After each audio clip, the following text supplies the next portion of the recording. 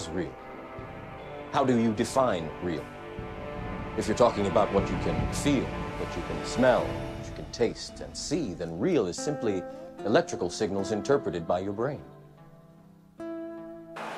Тези кадри са взети от филма "Матрицата", който бе прожектиран по кината преди няколко години.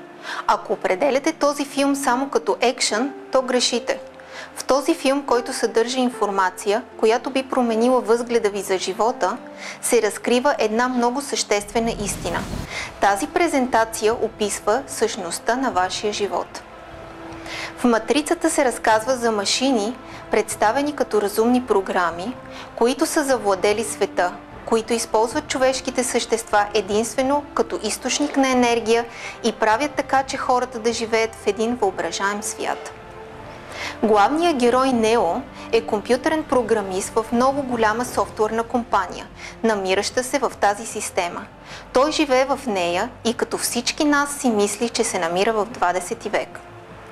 Истинското му тяло обаче се съхранява в 2199 година в наподобяващо на капсула, покрито с мембрана и изпълнено с течност място. Каквото му бъде показано тук, това вижда. Каквото бъде накаран да почувства, това усеща. С една дума, той си мисли, че води действителен живот в един виртуален и изкуствен свят, наречен "Матрицата". Съвременната технология ни представи множество важни примери за това как сетивните усещания могат да бъдат стимулирани с висока степен на реализъм, без помощта на какъвто и да било външен или материален свят. Системата, използвана при уредите, които създават виртуалния свят, е същата като системата, използвана от петте ни сетива. Например, чрез въздействието на механизъм, разположен в ръкавица, на върховете на пръстите ни се подават сигнали и след това биват предадени към мозъка. Когато мозъкът обработва тези сигнали, човекът, който използва ръкавицата, остава с впечатлението, че докосва копринен плат или ваза с неравна повърхност и изпъкнали гравюри върху нея. Във филма "Матрицата" героя на име Морфей се опитват да обясни този факт на Нео. Във филма Нео, който в действителност седи на един стар стол с удърпани дрехи и кабели по главата, след зареждане на компютърната програма, вижда себе си на едно напълно различно място и с напълно различно облекло.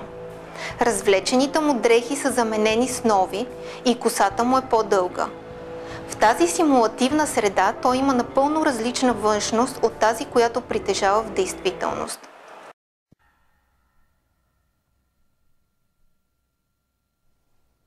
This is the construct.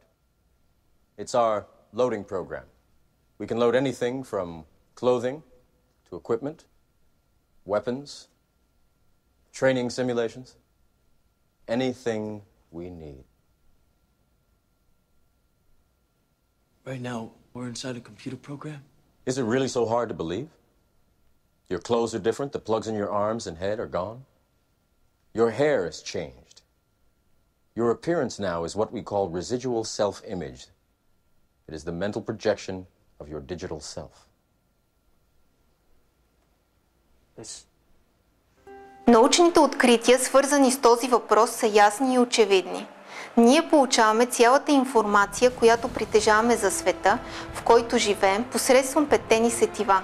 Тоест, ние познаваме един свят, който виждаме с очи, докосваме с ръце, чуваме с уши, помирисваме с нос и вкусваме с език.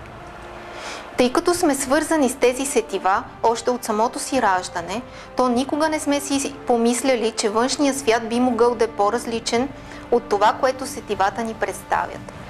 Проучванията, проведени в множество научни сфери днес обаче, водят със себе си една изключително различна представа, която стана причина за възникване на сериозни съмнения, свързани с нашите възприятия и света, който възприемаме. Изходната точка на тази нова представа е следната. Това, което възприемаме като външен свят, е само интерпретация на електрическите сигнали, достигащи до мозъка. Червеният цвят на ябълката, твърдостта на дъската, нещо повече, майка ви, баща ви, вашето семейство, всички предмети, които притежавате, вашия дом, работа и кадрите на тази презентация са единствено електрически сигнали във вашия мозък. Когато казваме «виждам», то в действителност виждаме ефекта, възникнал в мозъка ни при превръщането на достигналите до очите ни стимули в електрически сигнали. Тоест, когато казваме «виждам», то в действителност виждаме електрическите сигнали в мозъка ни. Всеки един образ, който виждаме през целия си живот, се формира във визуалния център с обем няколко кубични сантиметра.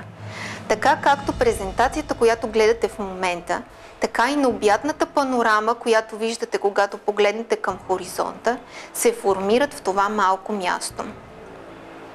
Това, подкрепено от науката откритие, ни води към една единствена истина.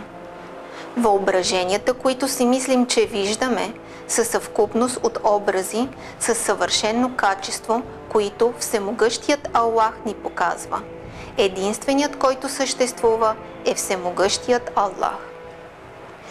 Аллах е съобщил тази истина в Корана така. При Аллах търся убежище от прокудения сатана. Аллах помага той, комуто пожелае. Той е Всемогъщият, премъдрият. Ала повечето хора не разбират. Те добре познават земния живот, ала не хаят за отвъдния. Сура Рум 5.7.